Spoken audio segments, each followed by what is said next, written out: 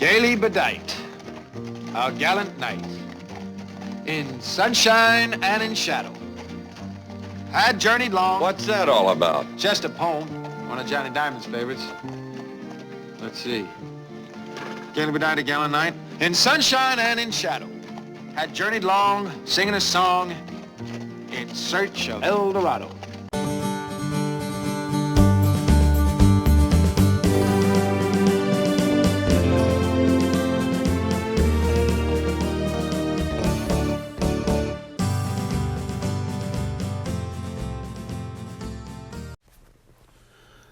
Howdy everyone.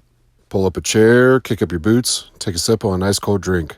It's El Dorado, the Season 3 episodes of Support Your Local Podcast, where we take a look at the 1966 Western classic El Dorado, one chapter at a time. I am your host, as always, Robert Smith, coming to you from beautiful Tombstone. Yes, that one. Today we'll be taking a look at Chapter 14, our final chapter, aptly, I should say, titled Credits, because that's essentially all it is. But before we do that, I do want to hop into a little segment that I've been holding off a little bit for the past couple chapters. But I thought that with this chapter being nothing but credits, we could take the time to take a deep dive onto one of the bigger names that would kind of be lengthy in a regular episode. I'm talking today, of course, of the director, Mr. Howard Hawks, in a segment that I like to call Remember the Name. You don't remember me, do you? No. You remember this hat? Well, why in the hell would I remember a hat? And welcome to Remember the Name. Today we are going to take a look at one of the key players of the movie, a mover or a shaker, if you will. And it doesn't come much bigger than the guy that directed the whole damn thing. We are talking about Mr. Howard Hawks, director of this movie, and let's be frank, as you'll find out as we do our deep dive, a lot of the movies that you think of when you think of the classic Westerns. Mr. Hawks was born in 1896, so obviously he is not still with us. If he was, he would be pushing his 130th birthday, so props to him. But no, we did lose him in 1977. But during his time, he was an active director from 1926 to 1970. He did make 40 movies, most of which are probably going to ring some bells. You're going to recognize quite a bit of them. If not the movie, you're definitely going to recognize some of the key players that were in those movies. He got to work with he got to work with royalty when it came to the Hollywood system of the time. Going back so far ago, his first movie being 1926, we're talking the silent movie era. That's where he got his start, is actually in the silent movies. And for all you youngsters out there that don't really know exactly what I'm talking about, less than 100 years ago, not only did movies not really have color, they were in black and white, much like the old TV shows that you'll see and hear me reference from time to time. But at that point, they didn't even have sound. There wasn't a soundtrack to the movie. They were either played with like a real live band or orchestra playing in the theater, or they just had title cards of what the people were saying. It's kind of a kooky concept if you've never seen it in play, and with today's technology, it definitely sounds a little strange, but yeah, that was, not even 100 years ago. But anyways, he got started in 1926 with The Road to Glory. Also in 1926, he did Fig Leaves. 1927, he did The Cradle Snatchers. 1927 as well, Paid to Love. 1928, A Girl in Every Port. 1928, Fazzle. And 1929, Trent's Last Case. And then he finally dipped his toes into sound movies, movies that were no longer silent. 1928, he did The Air Circus with Arthur Lake and Sue Carroll. 1930, he did The Dawn Patrol, which co-stars a war drama that co-starred Douglas Fairbanks Jr. 1931, The Criminal Code, where he was with Walter Houston and Philip Holmes. He was in 1932's Scarface, and this one obviously jumped out at me because no, we are not talking about the Al Pacino as Tony Montana, what you're talking about, Mang movie of Scarface. This was the original, and one that is vastly different than the one that you're probably used to. Those that aren't aware, this was a black and white film starring Paul Muni. He is playing an allegory of Al Capone.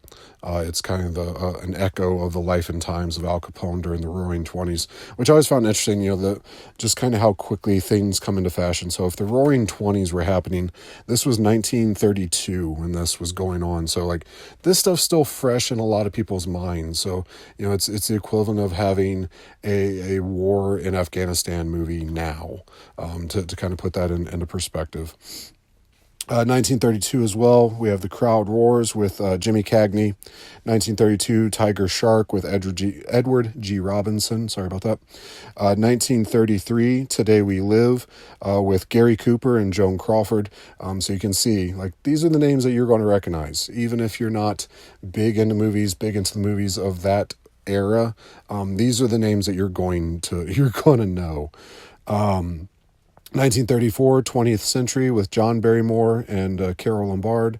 1935, The Barbary Coast with Edward G. Robinson once again, Miriam Hopkins. 1936, we have Ceiling Zero, once again with Jimmy Cagney. 1936, The Road to Glory with Frederick March, Warner Baxter, and Lionel Barrymore. So on your Barrymore bingo card, if you're crossing those off.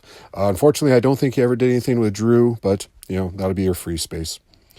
1936 as well, Come and Get It, with Edward Arnold, Francis Farmer, and, you guessed it, Walter Brennan, our beloved Stumpy, our beloved Paw from Support Your Local Sheriff. That was his first foray in with Mr. Hawks. 1938, Bringing Up Baby, with Cary Grant and Katharine Hepburn. 1939, Only Angels Have Wings, with Cary Grant once again, Jean Arthur, and Rita Hayworth. 1940, His Girl Friday, once again with Cary Grant, Rosalind Russell, and Ralph Bellamy. 1941, we have Sergeant York, a war movie with Gary Cooper and, once again, Walter Brennan. He did get nominated for an Academy Award for director for Sergeant York. 1941, Ball of Fire, a comedy with Gary Cooper and Barbara Stanwyck. 1943, Air Force with John Garfield, Gig Young, and Arthur Kennedy. 1944, To Have and Have Not, with Humphrey Bogart, Walter Brennan, once again. So, obviously Stumpy is becoming a key character, or a key actor, I should say, for Mr. Hawks. We're trudging into the territory of, like, De Niro being for Scorsese, or nowadays, DiCaprio being for Scorsese, or both in the most recent movie. We have 1946, The Big Sleep with Humphrey Bogart and Lauren Bacall. 1948, Red River.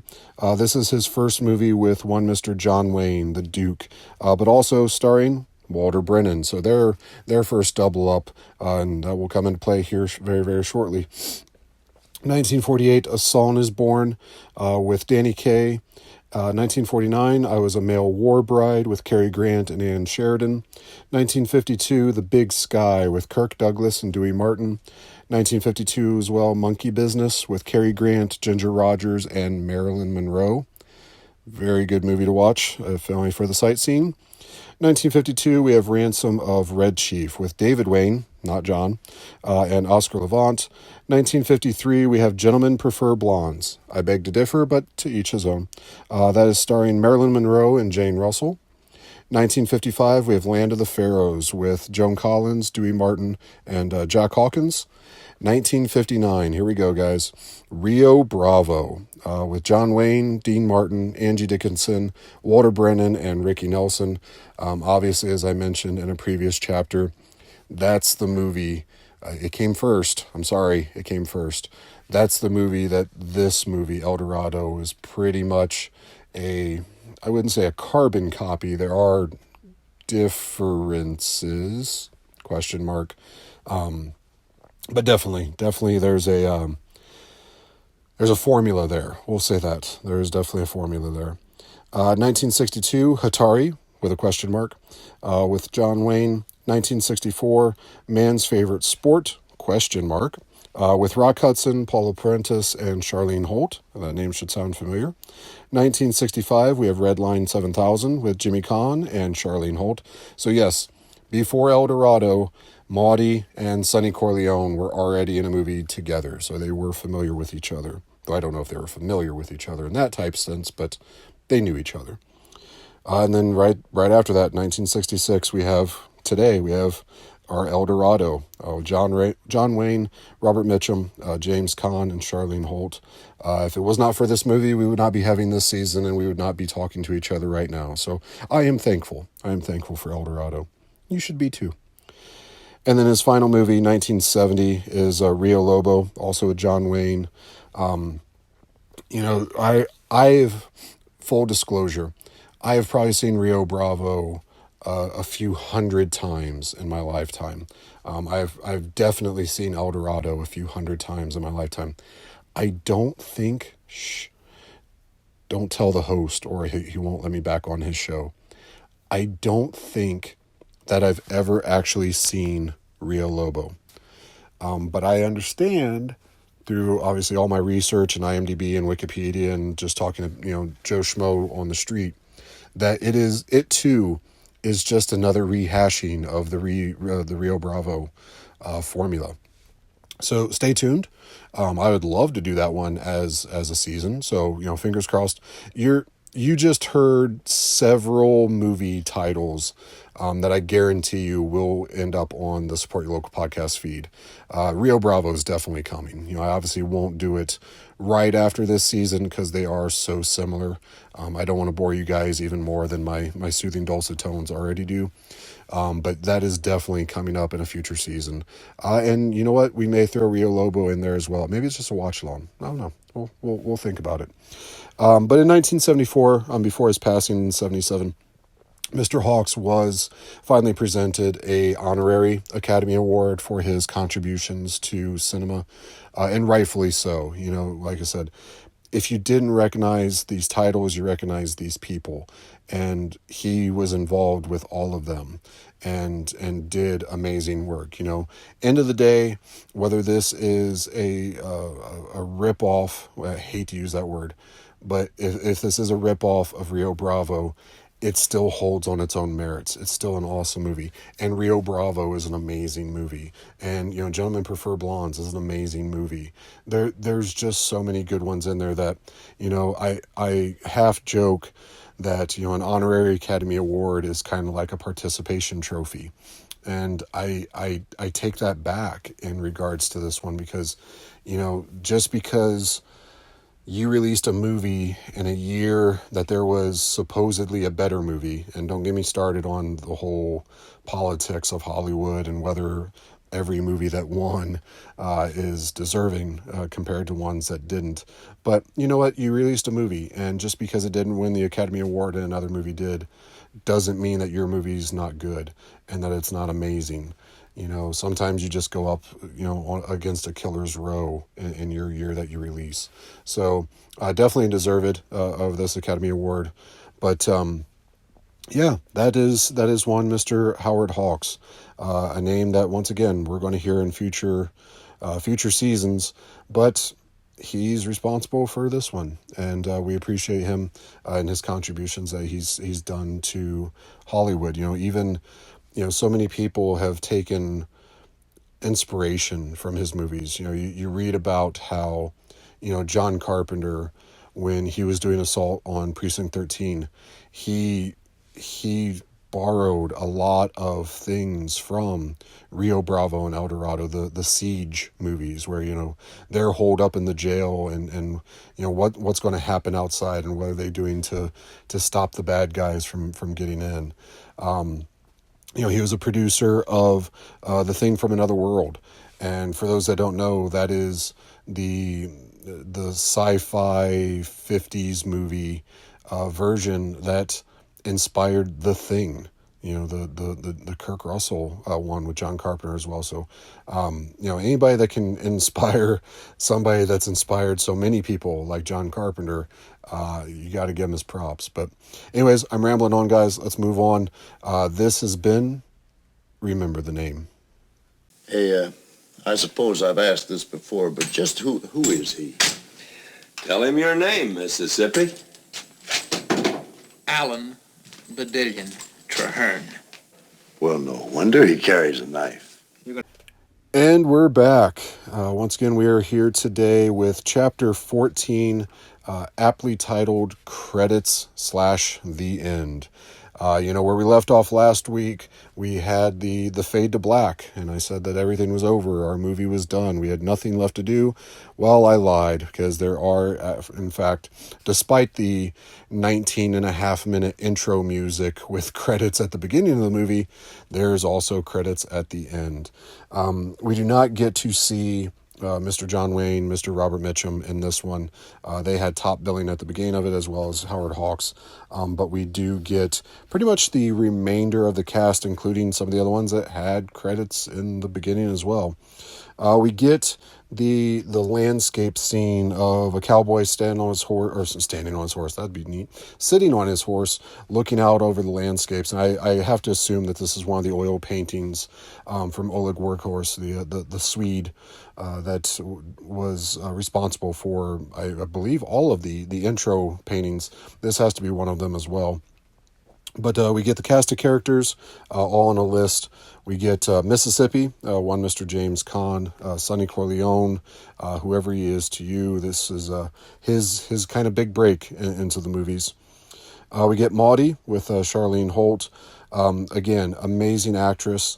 I think that she encapsulates one of the tropes. Whoop, whoop, whoop.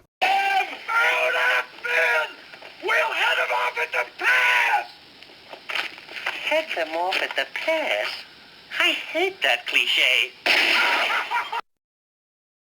But one of the tropes of Howard Hawks' movies, the strong, independent woman that is able to stand up for her own. She's not the damsel in distress. And I know that there's the scene where I guess they kidnapped Maudie, question mark. She was definitely involved in the part where they knocked out the Duke when he came to rescue her. But she didn't seem to be in distress. It wasn't like she was tied to a chair somewhere. She was up and walking around with them, maybe just being held up in a room. But she wasn't the screaming, help me, help me, help me, Duke. That wasn't her. And I think she encapsulated that bit and that character quite well. Surprisingly, next we have Dr. Miller, Paul Fix. And I thought maybe, okay, well, we're doing things alphabetically, maybe. But that's not the case, because the very next one is Bull. So character name-wise, that's not alphabetical. And actor name-wise, it's not alphabetical here, because that's Arthur Honeycutt. And we just had Charlene Holt, so Paul Fix in the middle. I'm scratching my head a little bit. But Bull.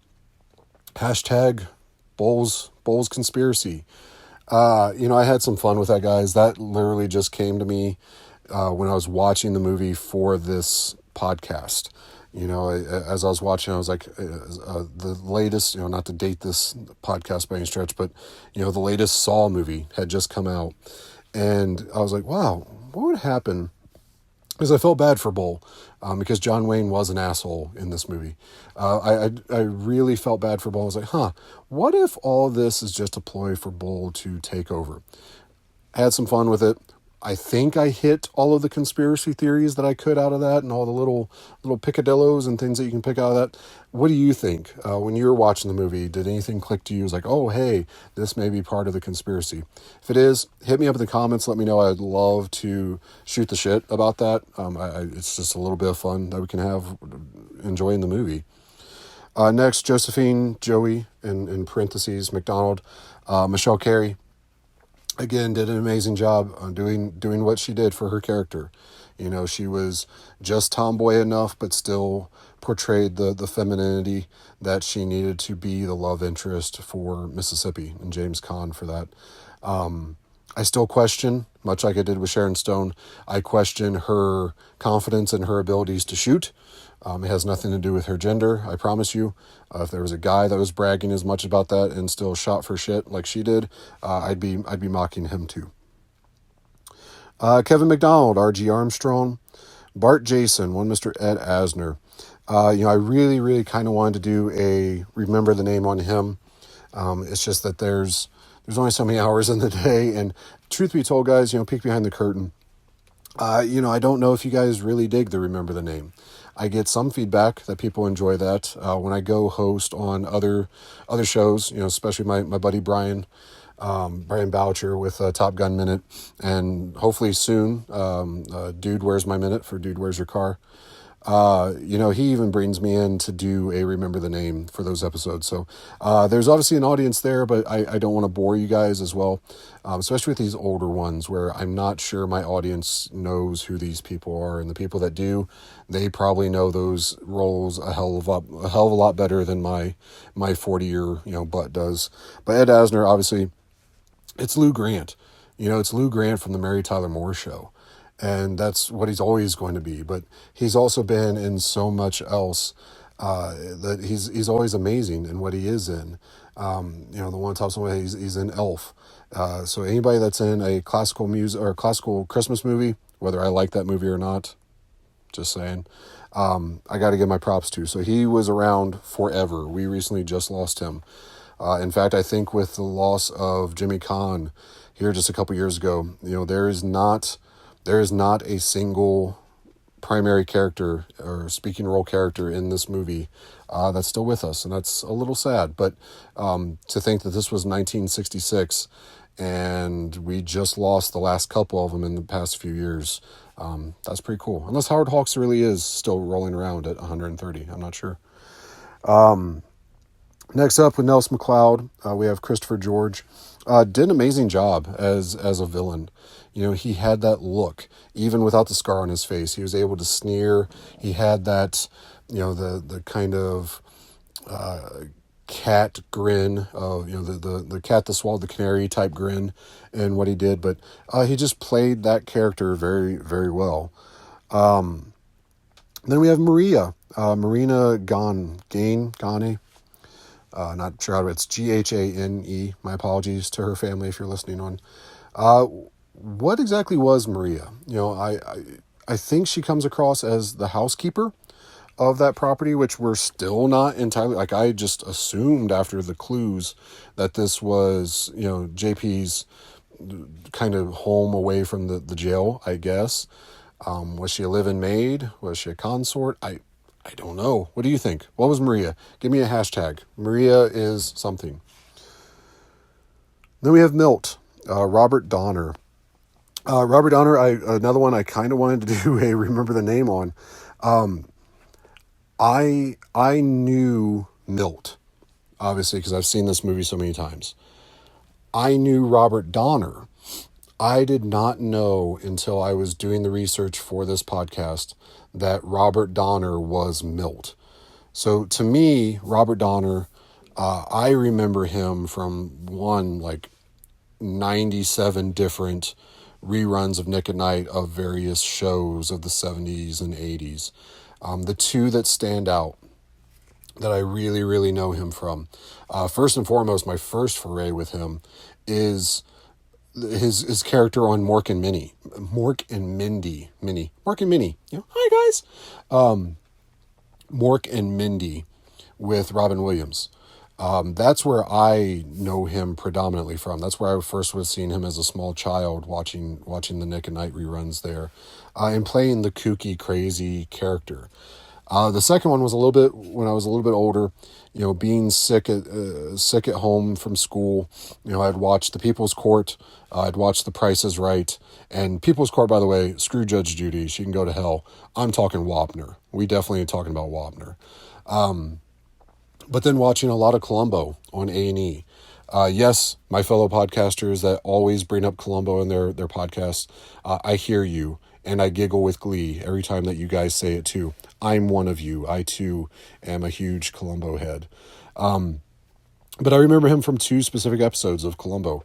The first one is Any Port in the Storm, with Donald Pleasance as a egotistical wine connoisseur, owns a vineyard, and he kills his brother. They're the Carcinis, and he kills his brother who's trying to sell the land out from under him, and he takes to the body, and he goes out to the ocean. He dumps the body in the ocean to make it look like he drowned from scuba diving. And they're doing a news report, and Columbo is sitting at a bar trying to listen to the news report to see what they say, and Robert Donner is sitting next to him as a drunk and keeps trying to interrupt him to tell him stories about when he was, when he was in the military, and, you should never go diving alone, and, I don't have any friends. And every time Columbo just kind of leans over and shh, puts his finger to his mouth and kind of shushes him. I always remember that one. And then the second one is in the later episodes of Columbo, not the remake or the reboot, but the NBC murder movie mysteries versions, the ones that are not that great. Let's all be honest. But there's the one with there was a bank robbery with gangsters, and they got stopped, but they hid the money in an undisclosed location. And I won't spoil the episode for you, but I know where the money was. Hopefully I don't get killed. But there's people going around that were involved in that, like lovers of these people and wives of these people, and even some of the mobsters themselves. And they each were given a piece of a puzzle. It was a picture of where it was located on a map, cut up into puzzle pieces, and they each have one, and they're all trying to off each other, trying to get those pieces. And Robert Donner was he was either a policeman, security guard, or a meter maid, or meter man, I guess. I'm not entirely sure which, but he helps Columbo out in getting some of the clues for that, which I will spoil. Shh. It was Ed Begley Jr. You should always keep an eye on that guy. I've never trusted that guy, but it was Ed Begley Jr. that was killing all those guys. But anyways, that's what I remember Robert Donner for. And then finally, Pedro, John Gabriel, couldn't stop smiling. The man that's, even when he's being shot by the Duke, he's so excited to be shot by the Duke that he's got a grin on his face. But that's our cast of characters. Like I said, Howard Hawks, John Wayne, Robert Mitchum, those guys got top billing, so they didn't fall into this card. But at the end of this card, and the song, the reprise of El Dorado, the music that we've heard throughout the movie, then we truly do fade to black. And we are finally done with our movie. I'm a little sad, but it's been fun. I appreciate you guys. I'm glad you're still listening. So what happens now? Well, I was going through, and I've been trying to think of what I can do for the hiatus episodes in between seasons. If you were with me with Quick and the Dead, we did some of the deleted scenes. Just trying to come up with some things to keep you guys interested and to keep you on here, but to have some little fun as we go along as well. And one of the things I thought of when I mentioned, I think it was in last week, maybe last week's, if not 2 weeks ago, I had made a joke about the two guys that didn't get shot in the final shootout coming back for their revenge in El Dorado 2, El Doradoer. And see, I said it right this time. I didn't stumble over that one. And that's kind of sparked an interest in my brain, I'll be honest. So I have written in kind of the vein of Jack Elam at the end of the Support Your Local movies, giving you a rundown of what happened to everybody going forward, or even the movies of the 80s and the 90s where, there's just the title card of the person's name, and you're like, Jack died in Vietnam, or, Steve went on to be a lawyer, and, Chris got syphilis, stuff like that. And I did that for the main characters. So I'm going to do that next week. Hopefully you guys have a little bit of fun, being a little goofy, being a little goofer. Hopefully you'll have some fun with that. And I got a couple more ideas for some hiatus episodes. I was wondering, would you guys be interested in me doing just a watch along of the movie? Now that we've gone over it chapter by chapter, we've done kind of a deep dive, would it be fun to just watch the movie together? I tell you when to hit play. You can turn on either on Pluto that it's on, or if you have your own copy or whatever, and we just go through the movie, and I just kind of shoot the breeze with you guys. I make a couple jokes that I wanted to do but didn't make the script. Some fun facts from IMDb and all those that didn't quite make it into the episodes, but just see it kind of one last time together. I thought maybe that'd be a little bit of fun. And then hopefully by then I will have made the announcement for season 4. I did a poll asking you guys on a couple of the episodes what you wanted to see. I've kind of bounced around between the older stuff, the silly stuff, the newer stuff, and now with what we have, kind of the John Wayne stuff. And you guys all but unanimously told me what you wanted to see next. So I'm excited for the genre. I'm excited for the person that involves. I am not going to tell you just yet which movie I'm doing, but I'm super excited to get jumped into those. So that will be season 4 coming up hopefully soon, probably mid-year, maybe by the summer. I'll have those start rolling out. And then just a kind of an update on the podcast network in general. I owe you guys an apology. I know that I had said that the Just a Damn Minute podcast and then also the RTS Random Reviews, both of those would be out by now. I know. I apologize, guys. I'm sorry. With the Just a Damn Minute one, I grossly underestimated just how difficult it is to secure guests for 90 different episodes. When you're doing it chapter by chapter, that's 10, 16, maybe 24, depending on the movie. But when you're doing it minute by minute, it gets a little tricky. Wrangling schedules, and to no fault of my future guests. I'm not laying the blame down at them. It's all on me. I don't know that I really took into consideration the time and effort that would put on my schedule. And with some of the stuff that's going on in life, I won't rehash the health stuff and the personal life stuff, but quite frankly, I just haven't had the time. I'm hoping that I will. I do have quite a few episodes already in the can. Thank you for my guests that have already sat down with me and kind of talked over some things. Thank you, too, for the guests that have signed up that I just haven't been able to kind of nail down an episode with. But it is still coming, guys. It's probably going to be another couple months. I'm hoping May, June-ish, we'll be able to roll that out. Hook or by crook, if I have to do some of the episodes by myself, then so be it. It's on me. But I want to get that out to you guys. I'm really excited on that new show coming out. And the same thing with RTS Random Reviews. Shout out to Shizzy. He's put up with my manic trying to make this all perfect stuff, but we've just not been able to sit down and go over the first episode, the Naked Gun that we promised you guys. But that is definitely coming. Hopefully that'll come out in the next month. They do still exist. They are coming. Please forgive me. Please be patient. I think that they're going to be awesome. I think that you guys are really going to enjoy them once they come out. I think it's going to be worth the wait. I think if we did them right now, they would not be as good as they're going to be. I can kind of promise you that. But I'm back to rambling. We're already running a little bit long, but I just wanted to kind of give you guys an update on what's going on, what you can expect. So definitely keep that subscribe button smashed so that you're getting all of our updates. Definitely hit us up on social media. That's where you're going to find any updates, news and notes, things like that. But until we meet again, folks, as always, I appreciate you. I love you. We've done another season, Dad. We did it, buddy. But until we meet again, support your local podcast. And when his strength failed him at length, he met a pilgrim shadow. Shadow, said he, where can it be? This land called El Dorado. Over the mountains of the moon, down the valley of the shadow. Ride, boldly ride, the shade replied. You search for El Dorado,